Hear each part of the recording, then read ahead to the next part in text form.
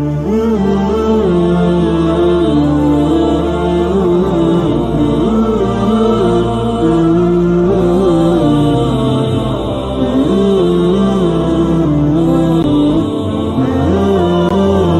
مجید میں اللہ تعالیٰ نے اپنی عبادت کے ساتھ ہی والدین کے ساتھ نیکی کرنے کا حکم ارشاد فرمایا ہے۔ کئی جگہوں پہ قرآن مجید میں ارشاد فرمایا، سورہ بقرہ میں پہلے پارے میں فرمایا اللہ کے علاوہ کسی کی عبادت نہ کرو اور اپنے والدین کے ساتھ احسان کرو۔ والدین انسان کے لیے کتنا بڑا درجہ رکھتے ہیں؟ کیا ان کے ساتھ تعلق رکھنا، ان کی خدمت کرنا، ان کے ساتھ اچھے طریقے سے پیش آنا یہ ایک معاشرتی ضرورت ہے؟ کیا یہ ایک خاندانی تقاضا ہے یا اچھے اخلاق والے ہونے کی علامت ہے؟ نہیں، بلکہ یہ ایک دینی، روحانی اور ایمانی ضرورت ہے۔ کیوں کہ نبی اکرم نور مجسم صلی اللہ تعالیٰ علیہ وسلم سے جب پوچھا گیا تھا کہ یا رسول اللہ صلی اللہ تعالیٰ علیہ وسلم ماں باپ کیا ہیں، ماں باپ کے بارے میں کچھ فرمائیے، تو حضور نے فرمایا تمہاری جنت بھی ہیں اور تمہارے لیے دوزخ بھی ہیں۔ اگر تم ان کے حقوق اچھے طریقے سے ادا کرنے میں کامیاب ہو جاتے ہو، اگر تم ان کے ساتھ اخلاق عالیہ کا رویہ رکھنے میں کامیاب ہو جاتے ہو، اگر تم ان کے ساتھ محبت کا سلوک کرتے ہو، ان کو خوش کرنے میں کامیاب ہو جاتے ہو، شریعت اسلامیہ نے جو ان کے حقوق متعین کیے اگر وہ تم ادا کر لیتے ہو تو تمہارے لیے جنت ہے، اور اگر تم ان حقوق کو ادا کرنے میں ناکام رہتے ہو تو پھر تمہارے لیے دوزخ ہے۔ تو یہ ایک دینی، روحانی، ایمانی ضرورت ہے، اس کا ہمیں احساس ہونا چاہیے۔ ظاہر ہے ہم انسان ہیں اور والدین بھی انسان ہیں، ایسا نہیں ہو سکتا کہ ان کا رویہ ہمیشہ ہی ٹھیک ہو۔ یہ کیسے ممکن ہے کہ وہ کبھی خطا نہ کریں؟ یہ کیسے ہو سکتا ہے کہ کبھی ان کے رویے میں ترش روئی نہ آئے، وہ کبھی تلخ نہ بولیں؟ یہ بھی بہت ساری جگہوں پہ دیکھا گیا ہے، اور یہ 100% حقیقت ہے کہ بعض مقامات پر والدین انصاف بھی نہیں کر پاتے۔ لیکن ایک مسلمان بیٹے کو کیا حکم دیا گیا ہے، اور اس سے شریعت نے یہ مطالبہ کیا ہے کہ والدین کا جو معاملہ ہے، ان کا جو رویہ ہے، اس کے لیے وہ رب کی بارگاہ میں جواب دہ ہیں۔ ساری عدالتیں دنیا میں تو نہیں نہ لگنی، ایک عدالت صبح قیامت بھی تو قائم ہوگی۔ اگر وہ کہیں کسی مقام پر، کہیں جگہ پر وہ کسی غلطی کا شکار ہیں تو اند اللہ جواب دیں گے۔ ہم کیا کریں؟ تو حضور علیہ الصلوۃ والسلام نے فرمایا اگر تمہارے ماں باپ تم پر ظلم بھی کریں تو تم نے پھر بھی نیکی کرنی ہے۔ تمہارے رویے سے خیر ہی پھوٹنی چاہیے، تمہارے لب و لہجے سے ان کے لیے ہمیشہ خوبصورت رائے کا اظہار ہی ہونا چاہیے، تمہارے بازو ان کے لیے ہمیشہ کھلے رہنے چاہیے، اور تمہیں ان کے معاملے میں ہمیشہ اپنے رب کو جواب دینے کا تصور قائم رکھنا چاہیے، تمہارے اندر کہیں کمزوری نہ آئے۔ میں بڑی دیر سے اپنے دوستوں کی توجہ اس بات کی طرف مبذول کرا رہا ہوں کہ انسان کے ساتھ ہی ساری چیزیں رہتی ہیں، بیماریاں بھی، پریشانیاں بھی، کاروبار کا اتار چڑھاؤ بھی۔ انسان کے ساتھ دوستوں کی کبھی وفاداری، کبھی بے وفائی، کبھی بچوں کے مسائل، کبھی دیگر رشتہ داروں کے مسائل۔ اسے حکم یہ دیا گیا ہے، اسے سمجھایا یہ گیا ہے کہ وہ کسی ایک چیز میں الجھ کر باقی چیزوں کو بھولنا نہ شروع کر دے، کسی ایک پریشانی، ایک آزمائش کی وجہ سے اپنی زندگی کے سارے معاملات کو داؤ پہ لگانا نہ شروع کر دے، بلکہ وہ اپنے دل کو، اپنے سینے کو، اپنی طبیعت کو کشادہ رکھے۔ یہی معاملہ ماں باپ کے تعلق سے ہوتا ہے۔ ہم نہ ذرا دیگر کاموں میں بعض اوقات اس طرح کا الجھتے ہیں کہ اپنی اس اہم ذمہ داری سے ہم نظریں ہٹا لیتے ہیں۔ میرے نبی اکرم صلی اللہ تعالی علیہ وسلم سے ایک شخص نے یہ عرض کیا تھا کہ یا رسول اللہ صلی اللہ تعالی علیہ وسلم، میں نے نہ تیز دھوپ میں جلتی اور تپتی ہوئی زمین پر کئی میل کا سفر اپنی ماں کو اٹھا کے اس طرح کیا ہے کہ میرے پیروں میں جوتے نہیں تھے۔ اس پوری بات کو پھر سے آپ سمجھے بھلا میں نے کیا کہا۔ یعنی گرم زمین پر گرمیوں میں چلنا ایک انتہائی مشکل کام ہے، اور پھر گرمی اگر عرب شریف کی ہو اور صحرائی علاقہ ہو، اور پھر آپ نے ایک شخص کو بھی کندھوں پر اٹھایا ہوا ہو۔ یا رسول اللہ صلی اللہ تعالی علیہ وسلم، گرم موسم میں گرم ریت پر ننگے پاؤں ماں کو اٹھا کر میں نے میلوں کا سفر کیا ہے۔ خدا را میری بات کو تقریر نہ سمجھنا، یہ ایک غلام نے اپنے نبی سے سوال کیا ہے۔ اس سوال کی لذت کو محسوس کریں اور پھر جواب کا حسن ملاحظہ کریں۔ عرض کی حضور، بڑا میں نے سنا ہے کہ ماں باپ کی خدمت کا حق ادا کرنا چاہیے، تو وہ میں کوئی حق ادا کر سکا ہوں، کوئی خدمت کر سکا ہوں؟ اس نے کہا میں نے میلوں ننگے پاؤں تپتی زمین پر صحرا میں سفر کیا ہے۔ تو محبوب کریم نے بھی اسے سبق یاد کرایا۔ اس نے اپنی طرف سے خدمت بتائی تھی تو حضور نے ماں کی شفقت بتائی۔ فرمایا جب تو پیدا ہوا تھا تو تیری ماں کو درد کے جھٹکے آئے تھے، وہ جو جھٹکے آئے تھے نا، ان جھٹکوں میں سے اب یہ ایک جھٹکے کا بھی تو حق ادا نہیں کر سکا۔ وہ جو درد کے جھٹکے تھے، وہ جو تکلیف تھی، کتنی مائیں دوران زچ کی دنیا سے چلی جاتی ہیں۔ وہ بیٹا پیدا کر گئی، خود رخصت ہو گئی، وہ جان پر کھیل گئی، لیکن ایک زندگی دنیا میں چھوڑ گئی۔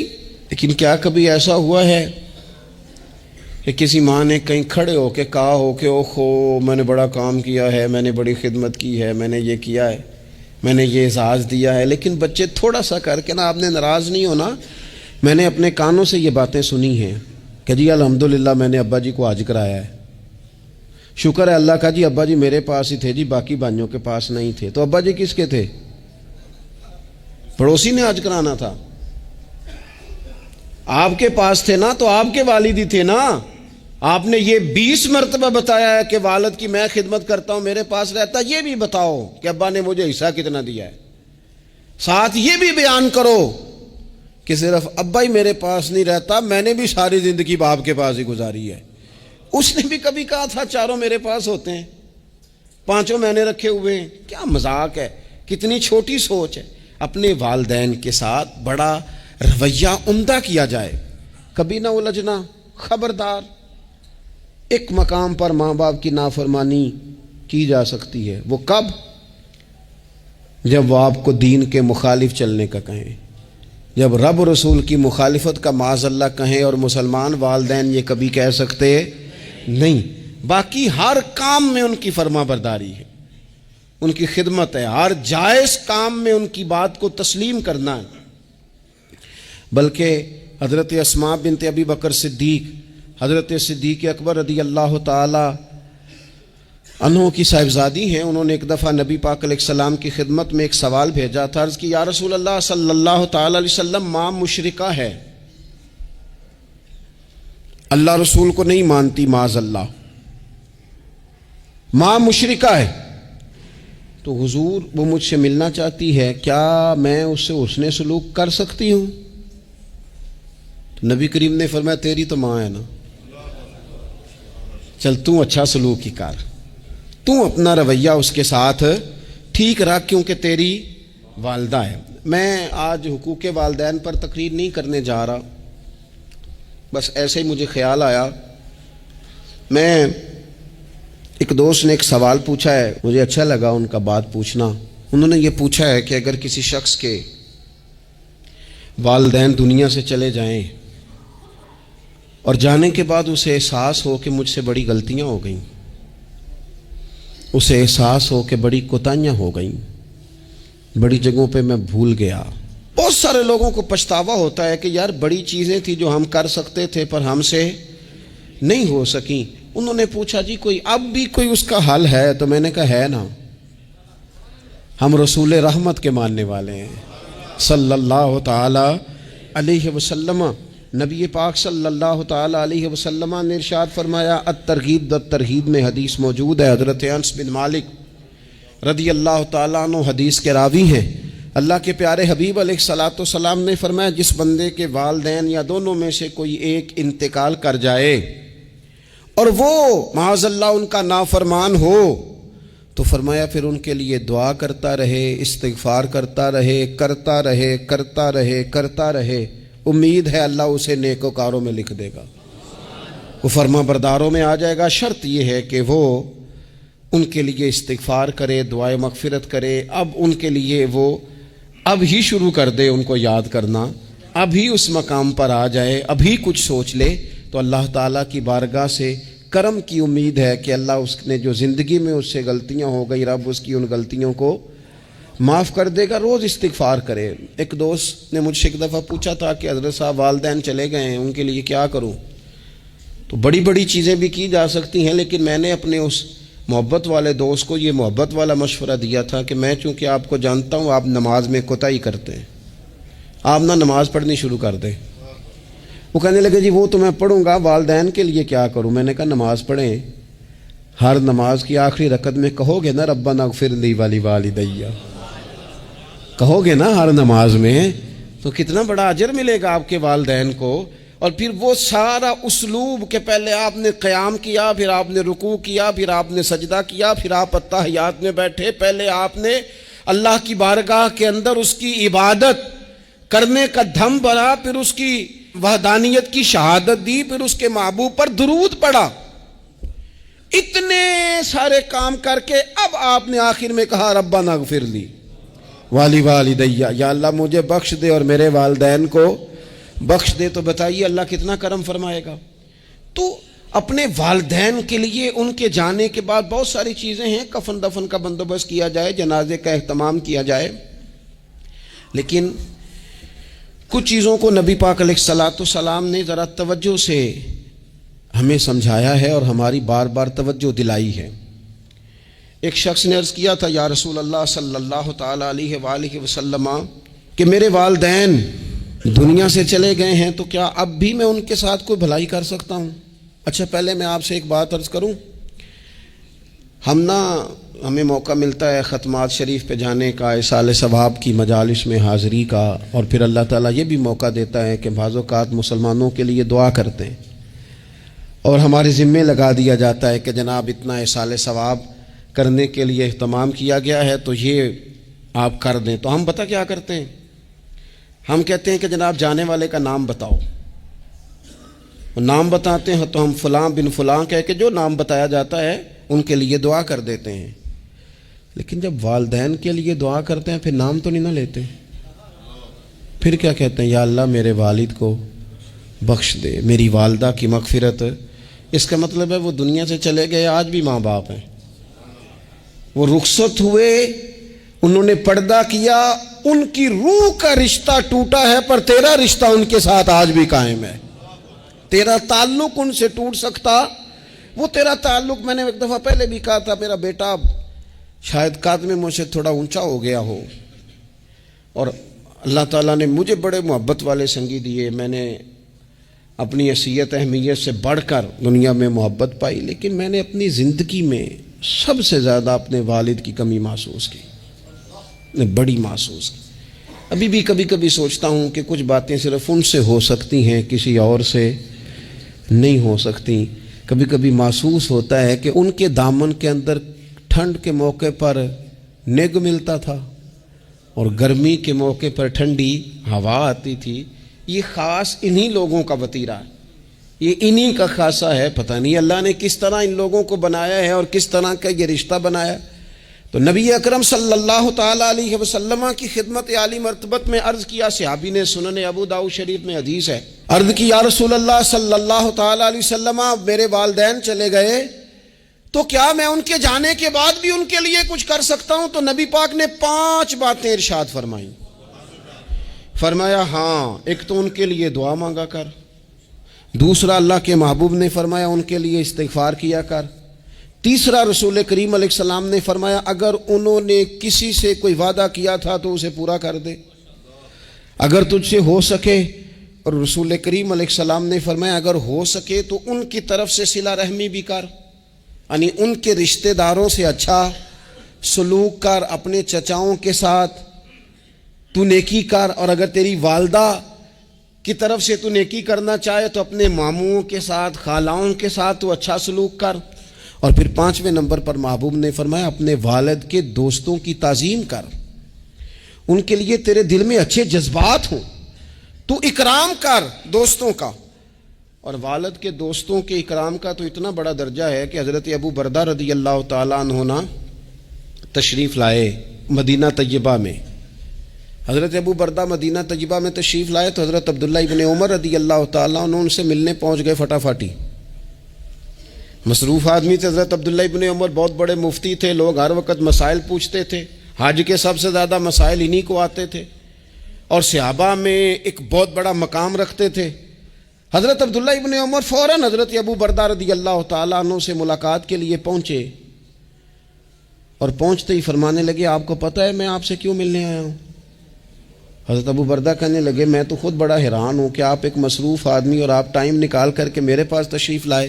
فرمانے لگے اس لیے آیا ہوں کہ میرے والد آپ کے والد کے دوست تھے، حضرت فاروق اعظم کے دوست تھے آپ کے والد، اور یہ صحیح ابن حبان میں یہ لفظ موجود ہیں۔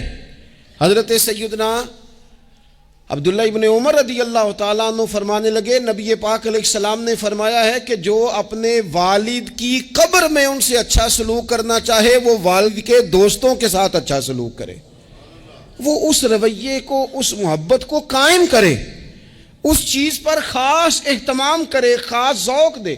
ہمارے ہاں نا جی ہم جلدی سے مصروف ہو جاتے ہیں اور اپنے دوستوں کو زیادہ ٹائم دیتے ہیں، اپنا آنا جانا، اپنا اٹھنا بیٹھنا، اپنے شب و روز ان میں ہم زیادہ وقت گزارتے ہیں۔ کرنے کا کام یہ ہے کہ تھوڑا ٹائم نکال کے، تھوڑی فرصت دیکھ کر اس پر تھوڑی توجہ دی جائے۔ اسی طرح معروف روایت سیاستہ میں موجود ہے، حضرت مالک بن دار کہتے ہیں کہ میں حضرت عبداللہ ابن عمر کے ساتھ جا رہا تھا تو میں نے دیکھا ایک بدو ننگے پاؤں اور ننگے سر آ رہے ہیں۔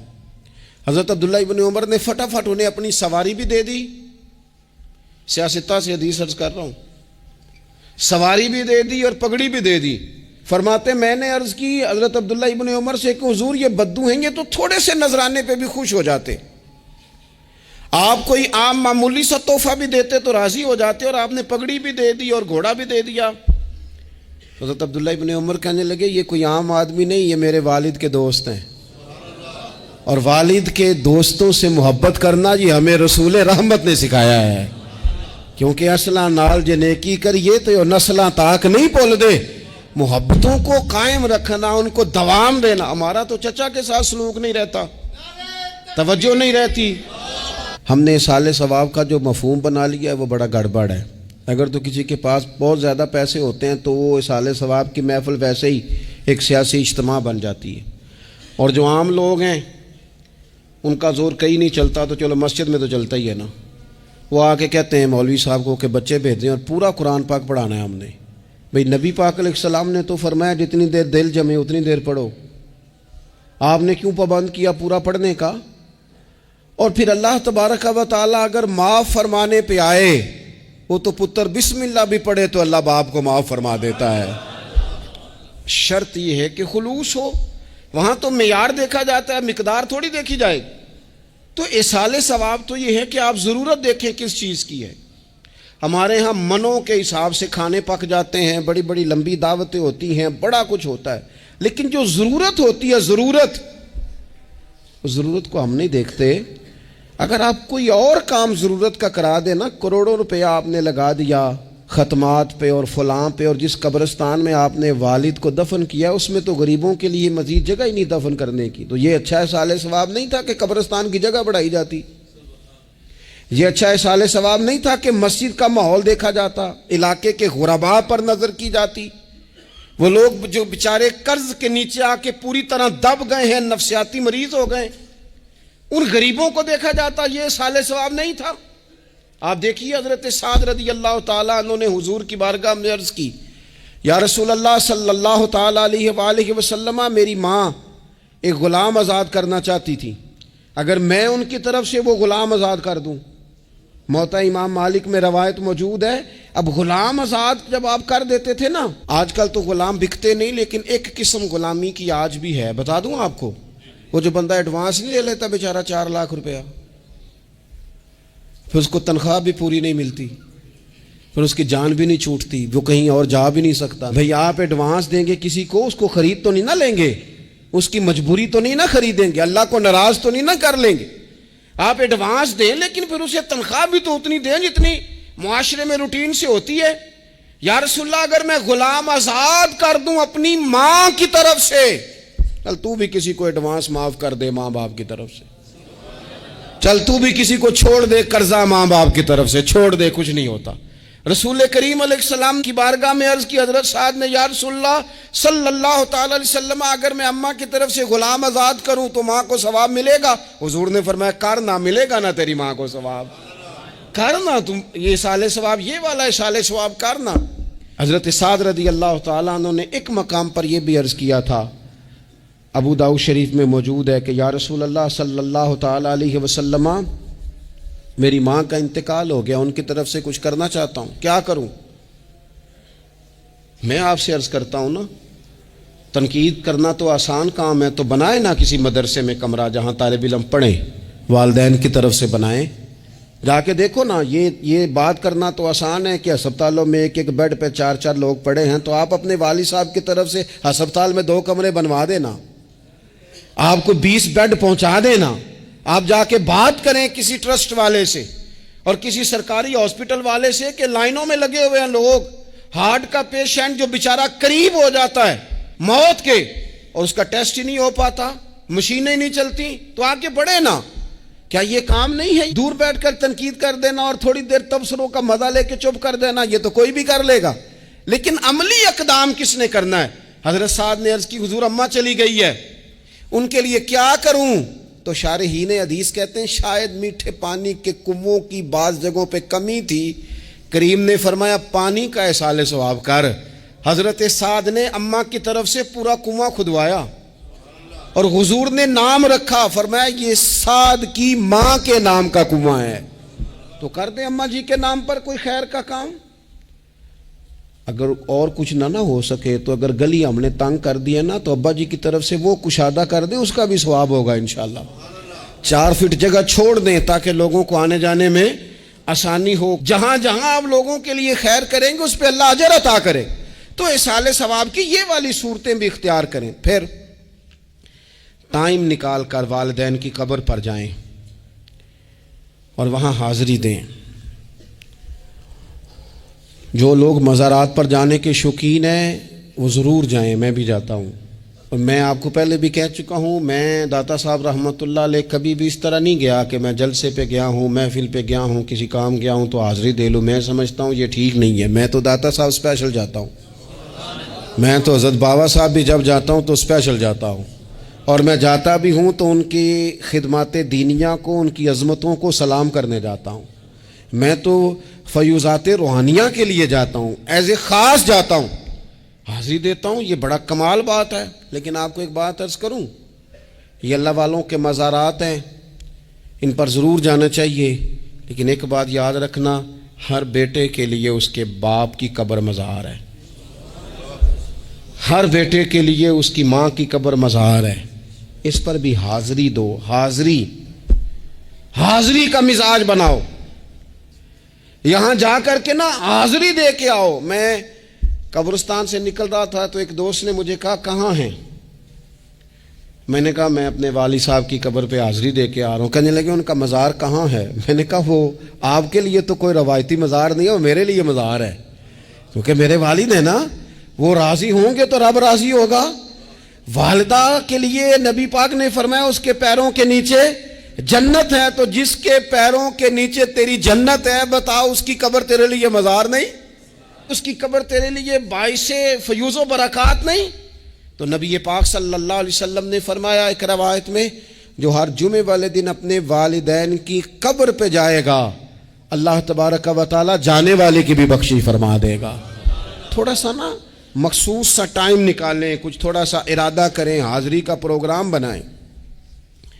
ایک بات اور عرض کرنی ہے، یہاں اس کو میں بڑا ضروری سمجھتا ہوں آخر میں آپ کی خدمت میں عرض کرنا۔ ایک بات اچھی طرح سے طے کر لینا، کچھ چیزیں ایسی ہوتی ہیں جو ادھار ہوتی ہیں، کچھ ایسی ہوتی ہیں جو نقد ہوتی ہیں، بالکل نقد، ان میں ادھار نہیں ہوتا۔ وہ کہتے ہیں نا جی ہم جی ادھار کا کاروبار نہیں کرتے، ہمارا سارا کاروبار کیش کا ہے، ہم بالکل ایک ہاتھ دے دوسرے ہاتھ لے، ہمارا یہ سلسلہ ہے، ہم بالکل جو ہے نا کسی قسم کا کریڈٹ پہ نہیں چلتے۔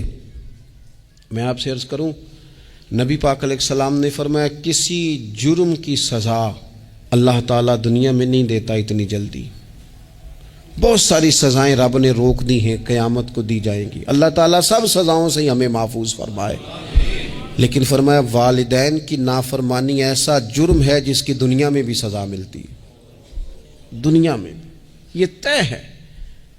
حضور علیہ الصلوۃ والسلام نے کبھی کسی شخص کے لیے دعائے ضرر نہیں کی، حضور نے تو کبھی یہ بھی نہیں کہا، جو پتھر مار رہے تھے کہ یہ تباہ ہو جائیں، برباد ہو جائیں، ان کی ناک خاک آلود ہو جائے، لیکن سیڑھیاں چڑھتے ہوئے جو مشہور حدیث ہے، محبوب نے آمین کہا، اور پھر حضرت جبریل نے جب 3 لوگ بتائے تو ان میں ایک بندہ وہ تھا، حضرت جبریل امین عرض کرنے لگے یا رسول اللہ صلی اللہ تعالیٰ علیہ وسلم، جس نے اپنے ماں باپ دونوں یا کسی ایک کو بڑھاپے میں پایا اور پھر ان کی خدمت کر کے جنت حاصل نہ کر سکا، اس کی ناک خاک آلود ہو جائے، تو حضور فرماتے میں نے بھی کہا آمین، ہو جائے، اسے ہو ہی جانا چاہیے، یہ شخص اس طرح کا ہے کہ اسے خاک آلود ہو ہی جانا چاہیے۔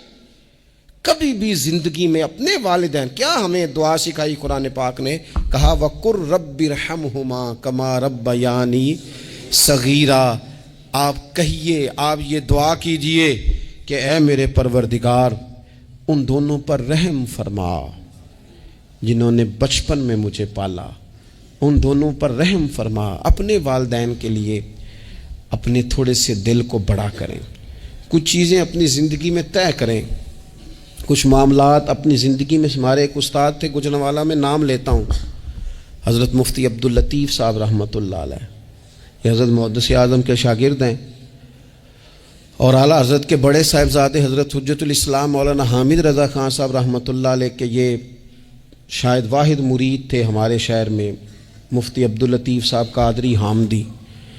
گجرانوالہ میں شاید کوئی شخص ہو جس نے گجرانوالہ میں پڑھا ہو تو وہ حضرت کا شاگرد یا شاگرد کا شاگرد، یہ ان کی زندگی تھی۔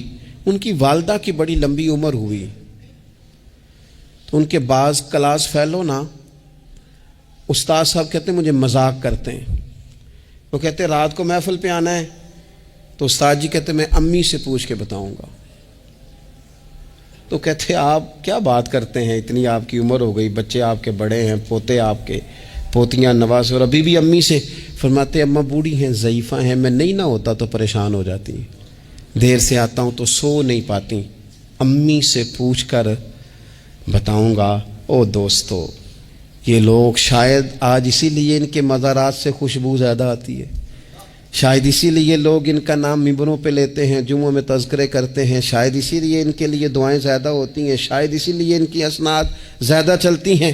کیا میرے رسول کریم نے فرمایا، حضور نے فرمایا صحابہ اگر میری والدہ موجود ہوتی نا اور میں تمہیں نماز پڑھانے آتا اور میں سورہ فاتحہ پڑھ لیتا اور میری ماں پردہ سرکا کے کہتی بیٹا ذرا میری بات سننا، تو فرمایا اللہ کی قسم نماز توڑ کے اپنی اماں کی بات سن کے آتا۔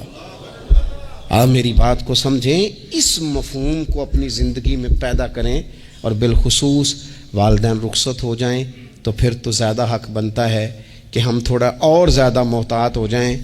عرض یہ کرنا چاہتا تھا کہ جتنا ذکر آپ کے بچے آپ کے منہ سے اپنے والدین کا سنیں گے اتنا ہی وہ کل آپ کا کریں گے، جتنا وہ آپ کے ساتھ آپ کے والدین کی قبروں پہ جائیں گے اتنا ہی کل کو وہ آپ کی قبر پہ جائیں گے، جتنا وہ آپ کو دیکھیں گے اپنے والدین کے لیے سال ثواب کرتا اتنا ہی وہ آپ کے لیے کریں گے۔ یہ جو ہم کہتے ہیں نا بچے بعد میں دے دیں گے، پتر اتنے پیسے دے دینا میرے والوں، کوئی نہیں دینے انہوں نے، اس لیے کہ انہوں نے آپ کو اپنے والدین کی طرف سے کوئی صدقہ کرتے نہیں دیکھا، تو وہ آپ کی طرف سے کیوں کریں گے جی؟ یہ تو رواج ہے جو آپ نے ڈالنا ہے تو یہ گھر میں ڈل جانا ہے۔ اللہ تبارک و تعالیٰ کی بارگاہ میں دعا کرتا ہوں اللہ ہمیں سمجھ نصیب کرے۔